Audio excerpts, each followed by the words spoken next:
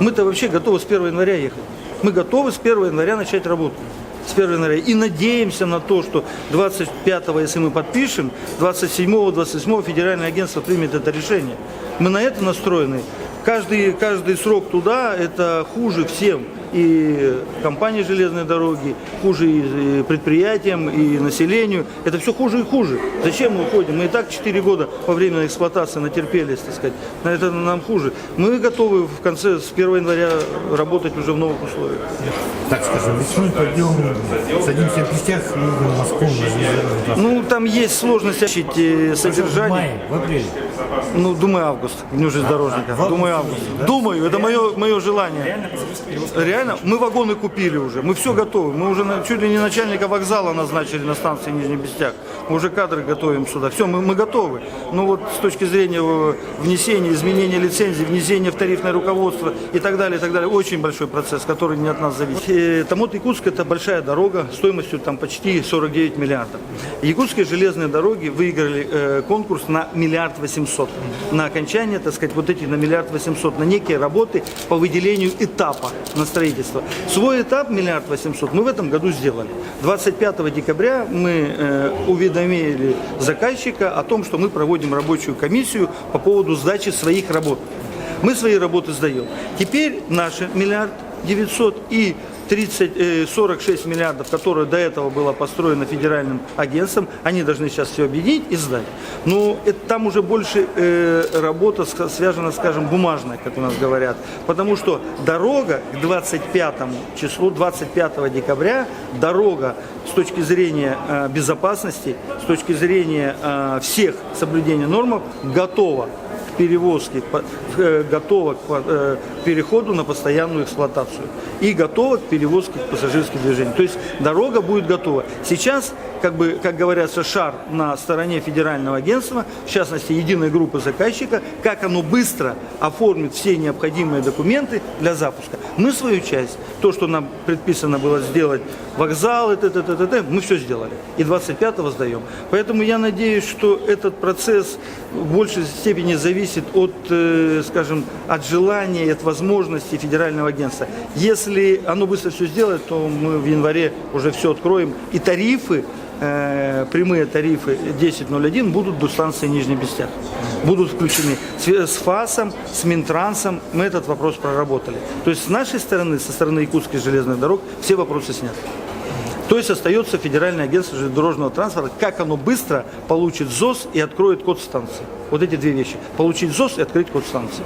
Это все будет продумано, потому что сегодня есть общее понимание российских железных дорог в целом. И на последнем совещании, которое проводил Белозеров, не совещание, а была большая конференция, он прямо заявил, говорит, вы не удивляйтесь, скоро в российских железных дорогах появится свой автотранспорт. Поэтому не удивляйтесь. Поэтому последняя миля, доставка на последнюю милю, доставка от ворот до ворот, это является приоритетом сегодня коммерческой, грузовой и в целом логистической деятельности российских железных дорог. То же самое и поставлена задача перед нами. Это доставка контейнеров с Нижнего Бестяка на эту сторону для клиентов, создание на этой стороне контейнерной площадки Якутских железных дорог, с мостом это годы. Уйдут минимум 5 лет, поэтому мы сейчас к этой работаем. То же самое и по пассажирской части. То есть мы 100% будем осуществлять перевозки к поезду и от поезда. Тем более, что вокзал у нас рассчитан не на такое большое количество пассажиров, ведь первоначально вокзал должен строиться был возле аэропорта города Якутска, и вся инфраструктура Нижнего Бестяка была сосредоточена на том, чтобы вокзал тут находится, и пассажиры там не выходят, а едут туда. Политика поменялась, мы под нее подстраиваемся, поэтому, конечно, трансфер будет. Будут выезды отсюда, вагоном, оттуда вывозы, чтобы людям было комфортно доехать к месту, доехать до аэропорта и дальше улететь. С аэропортов притык к нашим, отправление нашим поездов, это все будет, конечно, урегулировано. Смотрите, мы в 2018 году убрали некомфортный, скажем так, тариф от Нерюнгри до Томота. сделали сквозной тариф. Это разница между теми тарифами, которые ранее предъявляла компания на перевозку того же объема 17, скажем, и 18 года, если сравнивать.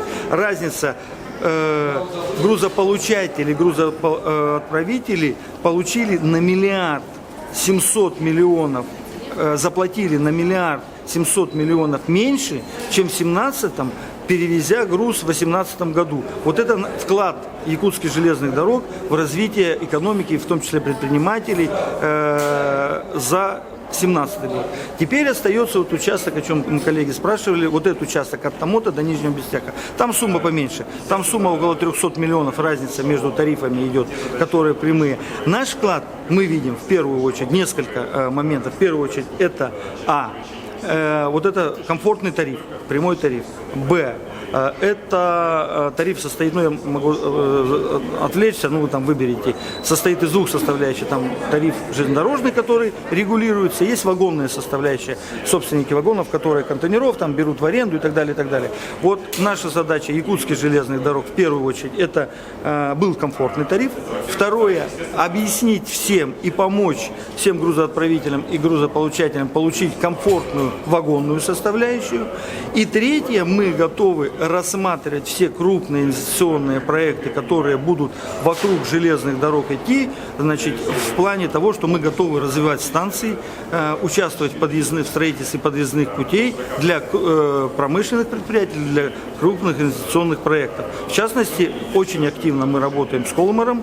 Вы знаете, в 2014-2015 году мы построили подъездной путь там, значит, для них. И сегодня мы начинаем уже строительство подъездного пути для Инагли-2, для развития угольного кластера на юге республики. То же самое мы работаем с Евразом по Таежски. То же самое мы готовы работать с любым предприятием здесь по северу, в частности, вот по переработке и по сжижению газа, которое сегодня одно из нормальных и перспективных вещей, которые... То есть компания «Железные дороги», кроме прямых своих возможностей тарифа, вагонной составляющей, готовы идти на инвестиционные вещи, строительство подъездного пути к площадке перегрузочной на берегу реки Лорд, так называемая площадка. Мы ее начали строить в этом году, и уже первые там десятки и сотни метров подъездного пути мы уже уложили в этом году.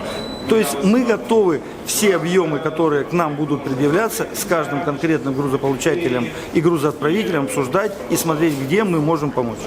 Это самый перспективный рынок на сегодняшний день. Это очень... Опирается в переоборудование техники? Ну, немного, да. Переоборудование. Мы провели эту работу, и у нас сегодня все разъезды, начиная от Кардема. Ну, на Кардеме у нас еще постоянное электричество, а дальше пошел Олень, Рассолода, и пошел до самой Нерингри грузовой, у нас переведены на сжиженный природный газ. Мы уже там дизельные электростанции давно не крутим, тепло, свет получаем от сжиженного природного газа. Мы решили вопросы по транспортировке его. Хорошо, коллеги с СПГ организовали небольшое производство здесь, на станции Нижний Бестяк. Это очень перспективно, и самое главное, это один, на мой взгляд, один из самых перспективных и легко реализуемых в республике не глобальных, а узких проектов, связанных с экспортом за пределы и республики, и за пределы России сегодня этого продукта. А что делать со стороны республики, чтобы стимулировать? Да практически ничего, инвестора найти, помочь найти инвестора. Все понятно, механизмы понятны, цены понятны, извините, значит, цены понятны. Единственное, значит, только помочь найти инвестора и все, так сказать.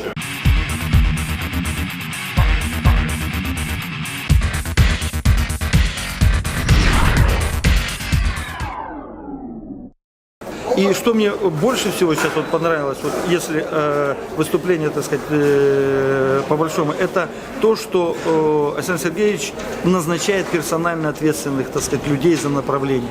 Вот я, как вы правильно сказали, многих уже пережил. Для того, чтобы решить какой-то узкий проект, нужно пройти круги ада, чтобы там просто согласовать какое-то письмо, ни о чем не значащее какое-то, это просто круги ада. Если будет утверждены ответственные за, скажем, за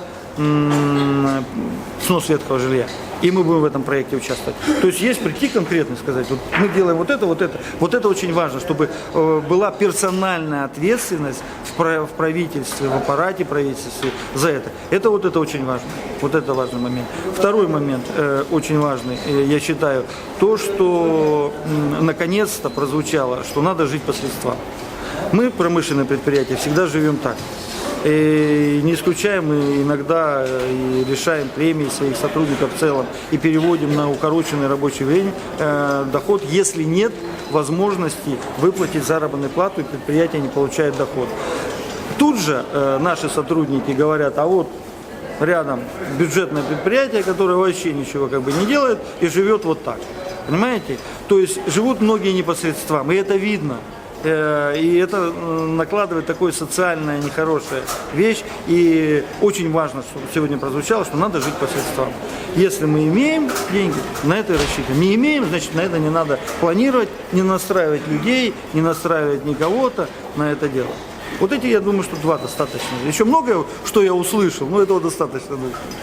Чтобы я еще бы отметил, вы знаете, вот поскольку следующий год объявлен годом единства, единения, я бы хотел отметить вот такую очень интересную вещь, что сегодня есть промышленное предприятие, большая масса крупных промышленных предприятий на территории Якутии, но, как правило, собственники и руководство это находится за пределами этих предприятий. Это крупные, так сказать, крупные промышленные холдинги, крупные предприятия, и, как правило, вся работа с этими предприятиями сегодня, ну я по себе знаю, сводится к двум вещам. Это первое, дивидендная политика, и второе, некая спонсорская политика, которая, так сказать, предусматривает участие в некоторых таких точечных маленьких. И на этом все.